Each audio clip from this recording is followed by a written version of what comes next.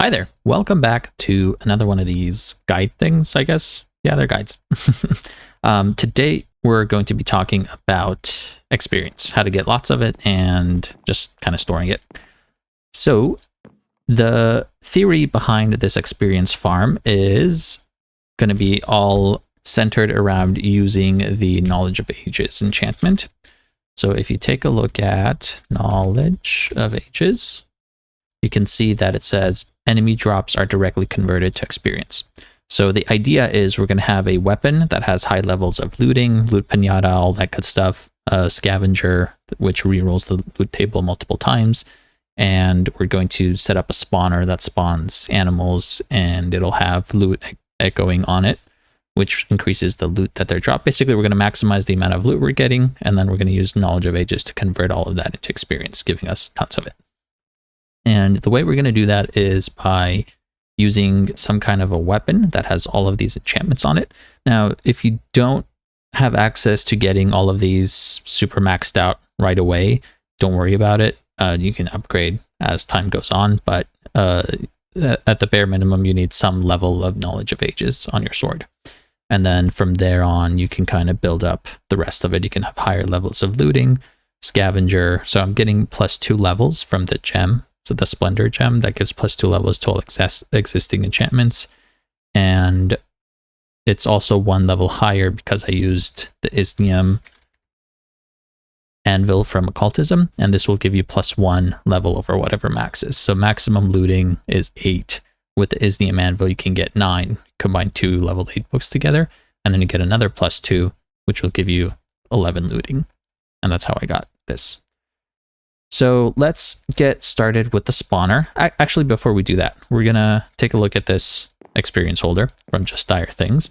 This is a great block because it makes experience very, very convenient. So if you access it, you can look at this interface, and there's these like plus buttons, and you can store or retrieve levels. So if I press click, it's going to take one of my experiences here. So I have 200, or one of my levels, sorry. I have 271 levels, and if I click that, you can see, well, it took the half of the level, right? So that goes away, and then now it's going to go down to 270. So every time you click, it takes one of your experiences and puts it in there. If you shift click, it does 10 at a time. If you look down here, and if you hold control, it does everything at once. Okay, so you can see 1 level at a time.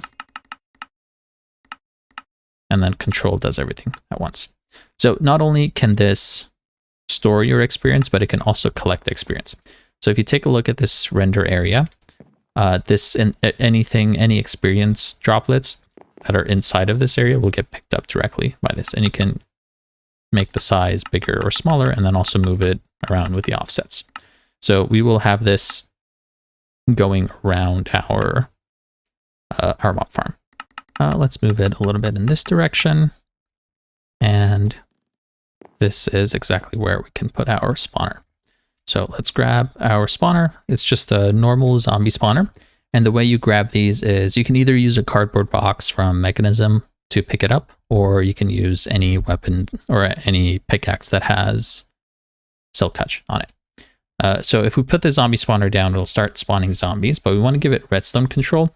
If you take a look at the spawner and press U on it and go under spawner modification, this will show you all the different items you can insert into the spawner to modify it. So for example, if you put a turtle leg in it, you'll get youthful, which will spawn the baby versions of those mobs. And you can look through here for all of the different modifications. And if you hold a piece of quartz, nether quartz, in your offhand and do the same thing, it'll do the opposite of whatever it did. So without the quartz, it'll give you +2 spawn count, but with the quartz, it'll subtract it. So you can go back and forth.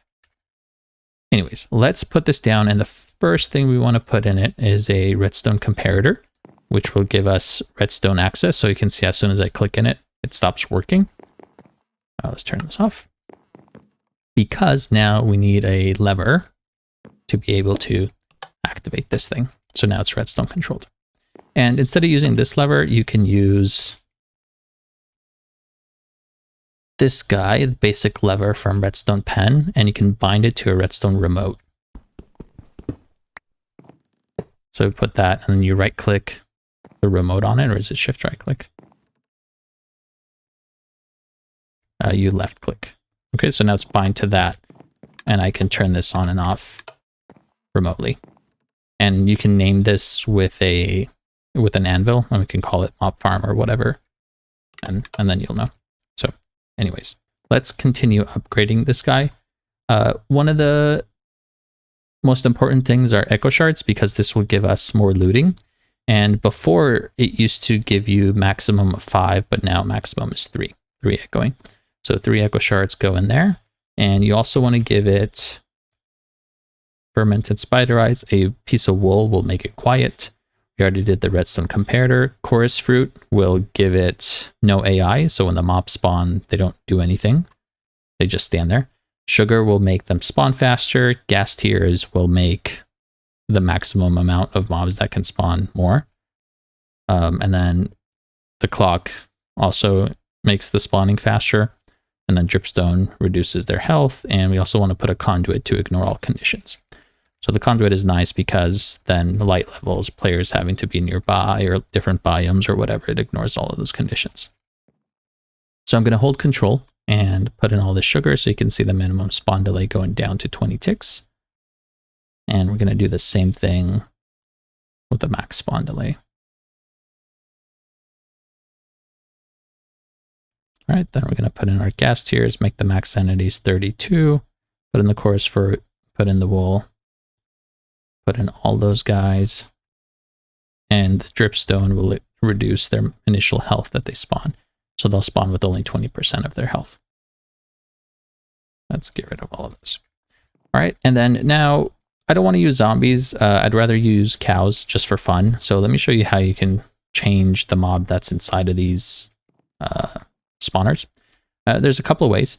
One way is if you have the occult ender lead, you can do that by, let's take a look at this, for example, like this ancient knight.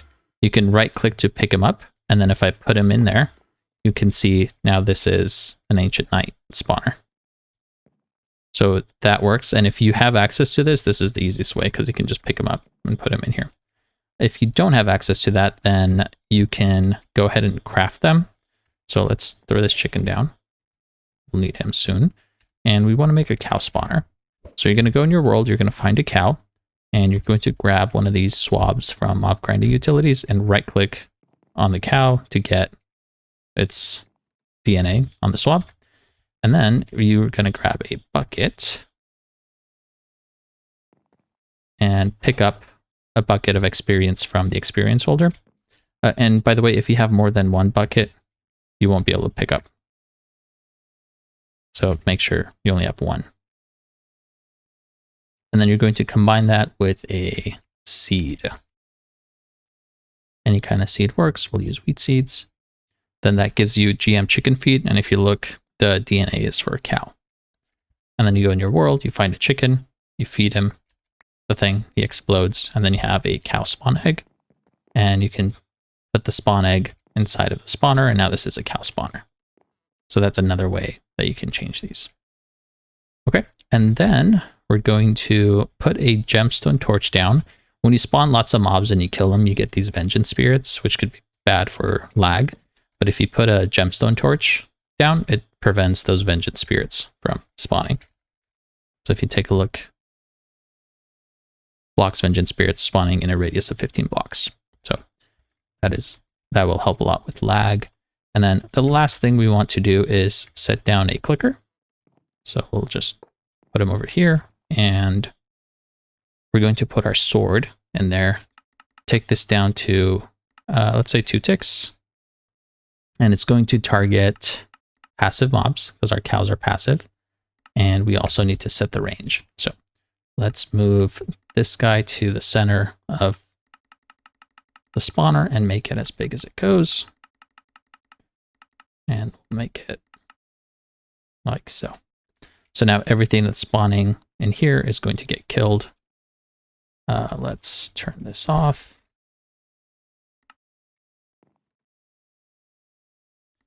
Okay, and let's double check this experience thing. So this is going to pick up all the experience in there. So let's take all of those so we see how fast that works. And I forgot to give this thing power. Let's put a gate on there. So now this is effectively working. All we have to do is turn on the mob farm. So let's grab our remote. We're going to turn it on, and the cows are spawning, but this isn't working. We want it to left click. So you can take a look in here. Our thing isn't picking up experience. Let's do this. Collect experience. Okay. So you can see there's still some orbs that are down, but in just a few seconds, we got 500-600 levels.